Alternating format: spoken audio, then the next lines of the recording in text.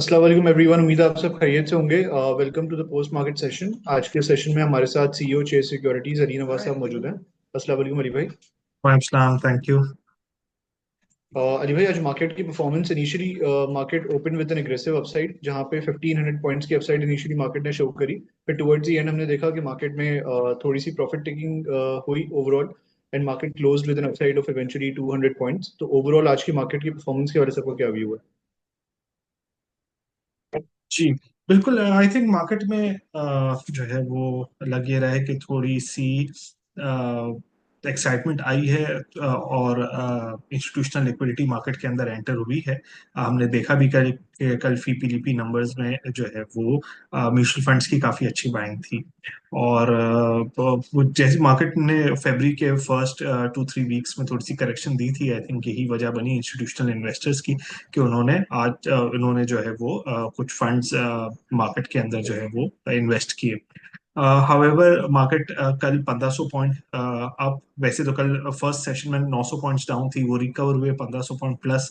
और फिर आज सुबह भी मार्केट 1000 पॉइंट्स से ज्यादा ऊपर प्लस थी। तो आई थिंक मार्केट में कुछ 3000 पॉइंट्स की मूवमेंट हो गई थी from yesterday till today day and. तो मार्केट ने थोड़ा सा फिर टुवर्ड्स डे एंड थोड़ा सा कंसोलिडेट किया। और आई थिंक ये एक नॉर्मल साइन है, अच्छा है। कुछ लोगों को अपॉर्चुनिटी मिलती है गेन्स बुक करने की, और वो पोर्टफोलियो अपना रीअलाइन करते हैं। तो I think overall market activity तो हेल्दी रही है लास्ट 2 डेज में। बिल्कुल।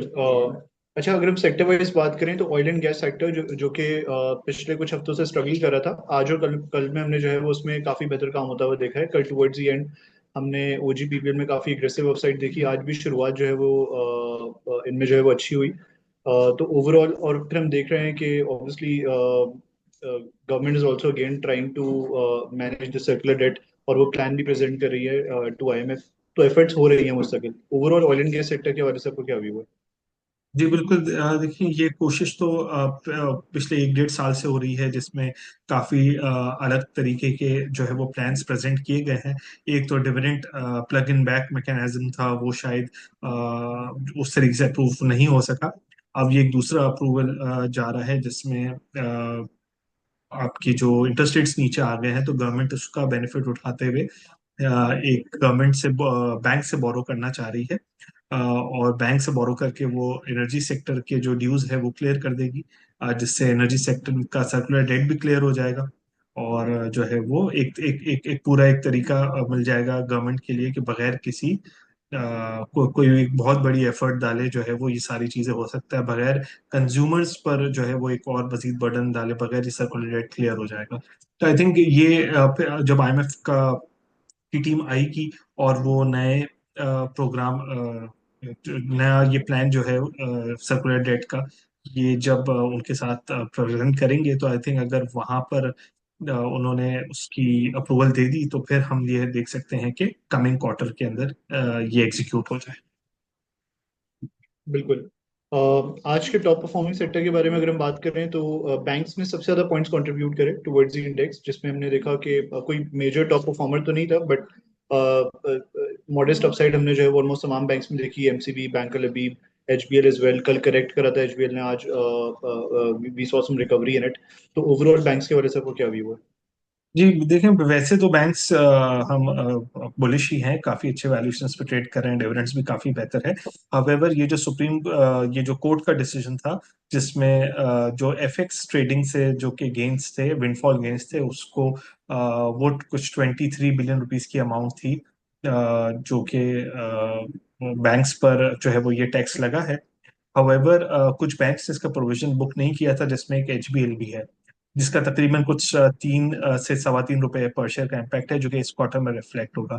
तो ये वजह बनी थी एचबीएल में कल करेक्शन की। However for the medium term outlook HBL का पॉजिटिव ही है। आई थिंक ये क्वार्टर में इस अर्निंग्स पे डेंट आएगा, बट आगे जो बैंक ग्रो कर रहा है, डिपॉजिट ग्रो कर रहे हैं, अर्निंग्स डिविडेंड्स जो है वो पहले हम देख रहे थे 4 रुपए देता था, अब 4.25 रुपए दिए हैं। तो आई थिंक जो है वो कहीं इंटेंशन ये भी है कि जिस क्वार्टर में अच्छी प्रॉफिटेबिलिटी होगी वहां पर डिविडेंड्स भी इम्प्रूव्ड आ जाएंगे।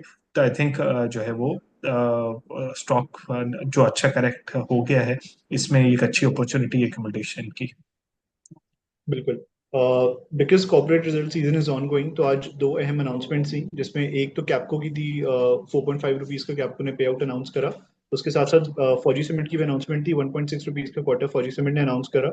ओवरऑल फौजी सीमेंट के रिजल्ट के बारे से आपको क्या व्यू है, ये भी बताइएगा। लास्ट वीक हमने देखा था कि मैपिल और डीजी के रिजल्ट्स आए थे, वो काफी आउटस्टैंडिंग थे क्वार्टर एंड क्वार्टर बेसिस पे। तो ओवरऑल सीमेंट्स पे क्या व्यू बन रहा है गोइंग फॉरवर्ड?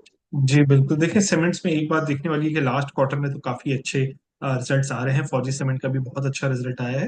हावेवर इस क्वार्टर में हमने देखे हैं कि विंटर्स की वजह से डिस्पैचेस भी वीक थी, और डिस्पैचेस वीक होने की वजह से प्राइस भी जो है वो नीचे आई है। तो इस इन दोनों चीजों का इम्पैक्ट जो है वो इस क्वार्टर में हम देखेंगे।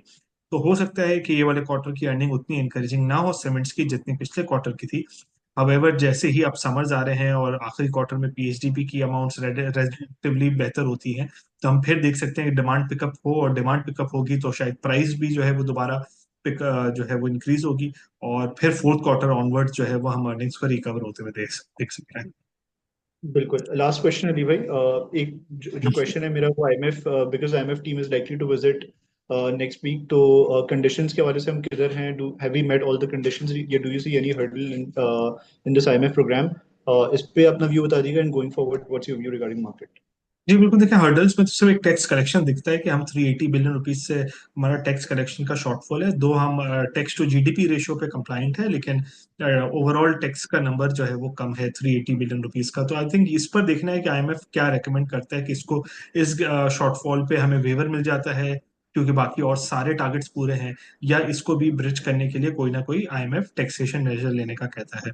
तो आई थिंक ये एक पॉइंट देखने वाला होगा। इसके अलावा बाकी कोई रिस्क नहीं लग रहा है फॉर आईएमएफ प्रोग्राम अप्रूवल। बाकी जितनी भी सारी कंडीशंस थी हमने मीट कर ली है। तो ओवरऑल मार्केट का आउटलुक जो है वो पॉजिटिव ही लग रहा है। अगले महीने हमारे पास सीपीआई का नंबर है, मॉनेटरी पॉलिसी है, कॉर्पोरेट रिजल्ट सीजन बहुत अच्छे आ रहे हैं। फिर डिविडेंड्स की जो लिक्विडिटी मार्केट में है वो काफी आएगी, और फिर आईएमएफ रिव्यू अप्रूवल का ट्रिगर है। तो आई थिंक ये चार पांच ट्रिगर जो है वो मार्केट में इंटरेस्ट जो है वो बेहतर ही रखेंगे। बिल्कुल। Thank you so much Ali भाई for taking out time for this session. Allah हाफिज। अल्लाह हाफिज।